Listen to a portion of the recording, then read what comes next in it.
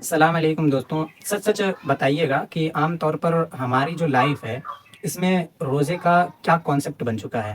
بس یہی نا کہ سحری میں الارم بجتا ہے، آنکھیں ملتے ہوئے لوگ اٹھتے ہیں اور پیٹ کو فل ٹینک کر لیتے ہیں۔ پھر شام کا وقت آتا ہے اور شام تک کے لیے معدے کو آؤٹ آف سروس رکھتے ہیں۔ پھر شام کو افطار کے وقت دسترخوان پر سموسوں، پکوڑوں اور روح افزا پر ایسے ٹوٹتے ہیں کہ معدہ بھی اندر سے کہہ رہا ہوتا ہے ارے بھائی سانس تو لے لینے دے۔ لیکن میرے دوستوں، ذرا ایک منٹ کے لیے رک کر سوچو، کیا واقعی روزے کا صرف یہی مقصد ہے؟ اللہ تبارک و تعالیٰ کا ہم گنہگاروں پر کتنا بڑا کرم اور احسان ہے کہ اس نے ہماری بخشش اور روحانی پاکیزی کے لیے ہمیں بے شمار نعمتوں سے نوازا اور بے شمار نعمتیں عطا کی۔ انہی عظیم نعمتوں میں سے ایک نعمت، نہایت ہی بابرکت اور نورانی تحفہ، رمضان المبارک کا مہینہ اور اس کے روزے ہیں۔ آخر اللہ رب العزت نے ہم پر یہ مشقت کیوں ڈالی؟ تو آج کی اس خاص ویڈیو میں ہم صرف ہوائی میں بات نہیں کریں گے، بلکہ قرآن، حدیث اور معتبر تفسیروں کی روشنی میں اس بات کا پورا جائزہ لیں گے کہ آخر روزے کی اصل حقیقت کیا ہے، روزے کی تاریخ کتنی پرانی ہے، اور وہ کون سی روح پرور اور ایموشنل وجہ تھی جس کے باعث یہ عظیم عبادت جو روزہ ہے ہم پر فرض کیا گیا۔ تو ویڈیو کو آخر تک ضرور دیکھیے گا، کیونکہ آج روزے کے حوالے سے تم پر وہ راز کھولے گا جو تمہارے دل میں اس عبادت کی محبت کو ہزار گنا بڑھا دے گا۔ تو چلو پھر ویڈیو کو اسٹارٹ کرتے ہیں۔ سب سے پہلے ہم دیکھتے ہیں کہ ہمارا خالق و مالک روزے کے حوالے سے کیا ارشاد فرماتا ہے۔ تو سنو پھر، اللہ رب العزت سورہ بقرہ میں ارشاد فرماتا ہے، یا ایہا الذین آمنوا کتب علیکم الصیام کما کتب علی الذین من قبلکم لعلکم تتقون ایاما معدودات فمن کان منکم مریضا او علی سفر فعدۃ من ایام اخر وعلی الذین یطیقونہ فدیۃ طعام مسکین فمن تطوع خیرا فہو خیر لہ وَأَن تَصُومُوا خَيْرٌ لَكُمْ إِن كُنتُمْ تَعْلَمُونَ، جس کا ترجمہ کنز الایمان کچھ یوں ہے کہ اے ایمان والوں، تم پر روزے فرض کیے گئے جیسے اگلوں پر فرض کیے گئے تھے، یعنی جو پیچھے کی امتیں ہیں ان پر بھی جیسے فرض کیا گیا تھا ویسے ہمارے اوپر بھی فرض کیا گیا ہے۔ کیوں؟ کہ کہیں تمہیں پرہیزگاری مل سکے۔ گنتی کے دن ہیں 30 دن یا 29 دن، تو تم میں جو کوئی بیمار یا سفر میں ہو تو اتنے روزے اور دنوں میں رکھ لے، یعنی جس کے پاس عذر شرعی ہو تو اس کے اوپر کوئی زور زبردستی نہیں ہے، بلکہ وہ اور دنوں میں بھی روزہ رکھ سکتا ہے۔ پھر آگے اللہ رب العزت فرماتا ہے کہ اور جنہیں روزہ رکھنے کی طاقت ہی نہ ہو، بہت زیادہ ضعیف ہو گئے ہوں اس وجہ سے نہ ہو، تو وہ بدلے میں ایک مسکین کا کھانا، اس کے اوپر ایک مسکین کا بدلے میں کھانا ہے کہ وہ مسکین کو کھانا کھلا دے، تو اسی کا فدیہ ہے۔ پھر جو اپنی طرف سے نیکی زیادہ کرے تو اس کے لیے بہتر ہے، اور روزہ رکھنا تمہارے لیے زیادہ بھلا ہے اگر تم جانو۔ اب غور کرو، ان دو مختصر آیات میں اللہ تعالیٰ نے کتنی وسعت اور شفقت رکھی ہے، اس کی گہرائی چیک کرو۔ اللہ تعالیٰ نے یہ نہیں فرمایا کہ تم پر روزے فرض کر کے ہم نے کوئی بوجھ ڈال دیا ہے، بلکہ ایک تسلی دی کہ ٹینشن مت لو۔ یہ کوئی نیا رول نہیں ہے جو تم پر ڈالا جا رہا ہے یا تم پر لگایا جا رہا ہے، یہ تو ایک قدیم اور پرانا اور عظیم سلسلہ ہے جو تم سے پہلے والی امتوں پر بھی لازم و ضروری تھا۔ اور پھر ساتھ ہی جو کنسیکشن اللہ تبارک و تعالیٰ نے عطا فرمایا ہے، کون سا؟ مطلب کہ اگر تم بیمار ہو یا سفر میں ہو تو کوئی ٹینشن لینے کا نہیں، بعد میں گنتی پوری کر لینا۔ اور اگر بالکل طاقت ہی نہیں ہے روزہ رکھنے کی، جیسے کوئی بہت ضعیف ہو گیا ہے، بہت کمزور ہو گیا ہے، یا بڑھاپے کی وجہ سے بہت زیادہ دبلا پتلا اور کمزور ہو گیا ہے، عذر شرعی ہے مطلب کہہ لو، تو وہ فدیہ ادا کر دے۔ بھائی صاحب دیکھو، یہ اسلام کا وہ خوبصورت اور متوازن اور بیلنسڈ سسٹم ہے جو انسان کی فطرت اور اس کی مجبوریوں کو بخوبی سمجھتا ہے۔ اس سے زیادہ آسان اور پیارا دین اور کیا ہو سکتا ہے یار؟ اب یہاں پر ذہن میں تمہارے ایک سوال پیدا ہو رہا ہوگا کہ آیت کریمہ میں جو فرمایا گیا ہے جیسے تم سے پہلے لوگوں پر فرض ہوئے تھے،